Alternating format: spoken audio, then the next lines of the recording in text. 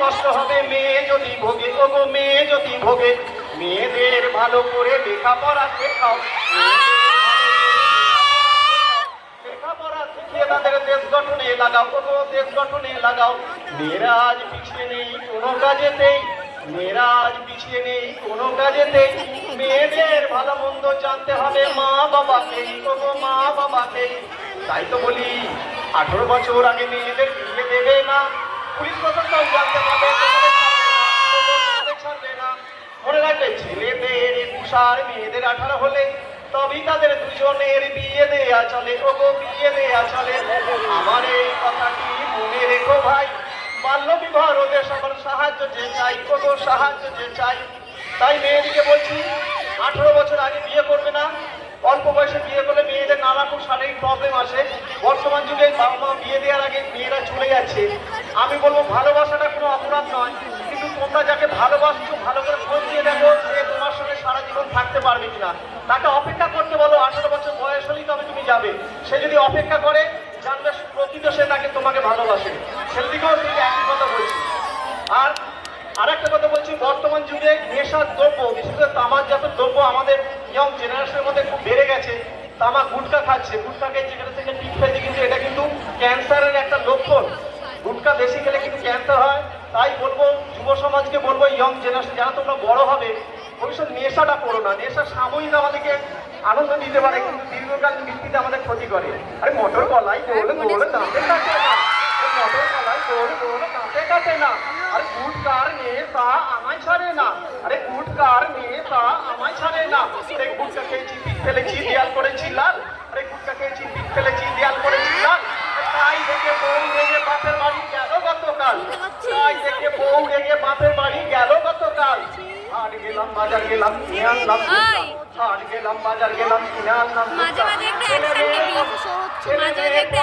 Pocket আমার ফাঁকা, ছেলে মেয়ের পড়ার বেলা পকেট আমার ফাঁকা। গুটকার জর্দাকে জিভ করেছি ছালা, গুটকার জর্দাকে জিভ করেছি ছালা। একটুখানি ঝালেই আমার কান ঝালা পালা, একটুখানি ঝালেই আমার কান ঝালা পালা।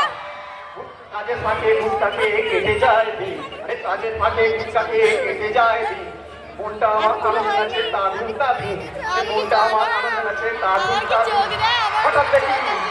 হঠাৎ দেখি মুখের ভিতর ছোট্ট একটা ঘা, হঠাৎ দেখি মুখের ভিতর ছোট্ট একটা ঘা।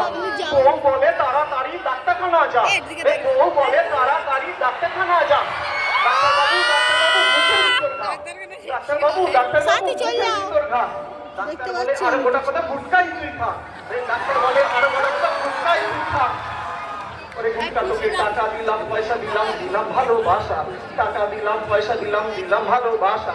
তুই আমার জীবনের কেড়ে নিলি আশা। হসপিটালে ঘুরে ঘুরে কেটে যায় দিন, হসপিটালে ঘুরে ঘুরে কেটে যায় দিন। ঘরে বসে বউ ছেলে কাঁদে সারাদিন, ঘরে বসে বউ ছেলে কাঁদে সারাদিন। আত্মীয় গেল বন্ধু গেল গেল টাকা পয়সা, আত্মীয় গেল বন্ধু গেল গেল টাকা পয়সা। পড়ে রইল শুধু আমার পরিবারের ভালোবাসা। তাই তো বলি ধীরে ধীরে নিভে এলো আমার জীবন বাতি, ধীরে ধীরে নিভে এলো আমার জীবন বাতি। তোমরা কেউ গুটকা খেও না করি এই মিনতি, তোমরা কেউ গুটকা খেও না করি এই মিনতি। আরে মোটর কলাই গোল গোল দাঁতে কাটে না, তোমরা কেউ গুটকা খেও না, ওগো গুটকা খেও না। তাই বলবো গুটকা খেলে কিন্তু আমাদের শরীরে ক্ষতি হতে পারে। আমাদের মুখে বেশিরভাগ ক্যান্সার কিন্তু ওই গুটকার কারণে হয়েছে। তাই ছাত্রদিকে বলবো, ছাত্রীরা সাধারণত খায় না, ছাত্রদিকে বলে বড় হয়ে গেছে তোমরা কেউ না। আর মোবাইল তোমরা ঘাটো তো, আমি মোবাইল আমায় ভালোবাসলে বেশি চোখ দুটো যাবে, তোমার চোখ দুটো যাবে। আমি মোবাইল আমায় ভালোবাসলে বেশি ঘাড়ে ব্যথা হবে, তোমার মাথায় ব্যথা হবে। আমায় ভালোবাসলে বেশি বুদ্ধি কমে যাবে, তোমার পরীক্ষার রেজাল্ট খারাপ হবে। তাই তো বলি আমায় ভালোবেসো কিন্তু বেশি বেশো না, আরে আমায় ভালোবেসো কিন্তু বেশি বেশো না। আমায় ভালোবাসলে বেশি বন্ধু কমে যাবে, তোমার বন্ধু কমে যাবে, তোমার বুদ্ধি কমে যাবে।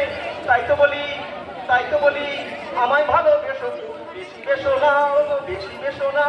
তাই বলি মোবাইল ব্যবহার করো সারাদিনে 1 ঘন্টা 1.5 ঘন্টার বেশি নয়। যদি মোবাইল ব্যবহার করলে বুদ্ধি কমে যায়, তোমাদের শরীরে পাওয়ার আসবে। আর তোমাদের স্কুলের একটা ছড়া আমি লাস্ট বলবো, এখানে অনেক অনুষ্ঠান আছে, লাস্ট একটা আমি যে গুণে একটা ছড়া বলবো, সেইটা বলি আমি শেষ করবো, এখন এখানে অনেক অনুষ্ঠান আছে। তোমাদের জানো যে বর্ষাকাল আসলেই বা পুজোর সময় আমাদের ডেঙ্গু রোগ হয়। তাই ডেঙ্গু রোগ কাটাতে গেলে আমাদেরকে সবাইকে সচেতন হতে হবে। এইখানে জল ওইখানে জল, জন্ম নিল মশার দল। এইখানে জল ওইখানে জল, জন্ম নিল মশার দল। এখানে ওখানে জল আমরা জমতে দেব না, এখানে ওখানে জল আমরা জমতে দেব না। আর মশাদের আমরা আর বাড়তে দেব না, বাড়তে দেব না। আর বাড়ির চারপাশে আমরা ময়লা ফেলবো না, আরে বাড়ির চারপাশ আমরা পরিষ্কার রাখবো। আর সচেতন হয়ে আমরা ডেঙ্গু তাড়াবো, ডেঙ্গু তাড়াবো। আর সবার সময় আমরা সবাই মশারি টাঙাবো, মশারি টাঙাবো। সবার সময় আমরা সবাই মশারি টাঙাবো। আরে হাট গেলাম, বাজার গেলাম, কিনে আনলাম আদা। আর মশার কামড় খেয়ে আমার চোখ কাঁদা কাঁদা, আর মশার কামড় খেয়ে আমার চোখ কাঁদা কাঁদা। তাই তো বলি এইখানে জল ওইখানে জল, জন্ম নিল মশার দল। এখানে ওখানে জল আমরা জমতে দেবো না, আর মশাদের আমরা আর বাঁচতে দেবো না। তাই বলছি যেখানে সেখানে জল জমতে দেওয়া যাবে না, সেটা তোমাদের স্কুলে মাস্টারমশাইরা বারবার বলেন এবং আমাদেরকে সচেতন হতে হবে। আর বলবো যারা পরীক্ষায় ভালো রেজাল্ট করো তাদের জন্য তো উৎসাহের ব্যবস্থা থাকে, তাদের জন্য প্রাইজ থাকে। কিন্তু যারা ভালো রেজাল্ট করো না, যারা ব্যাক বেঞ্চে বসে, তাদেরকে আমার সব থেকে বেশি ভালো লাগে। কেন জানো তো? এই যে রক্তদান, রক্তদান মহদান, এই রক্তদান কিন্তু বেশিরভাগ ক্ষেত্রে পিছিয়ে পড়া ছেলেরাই করে।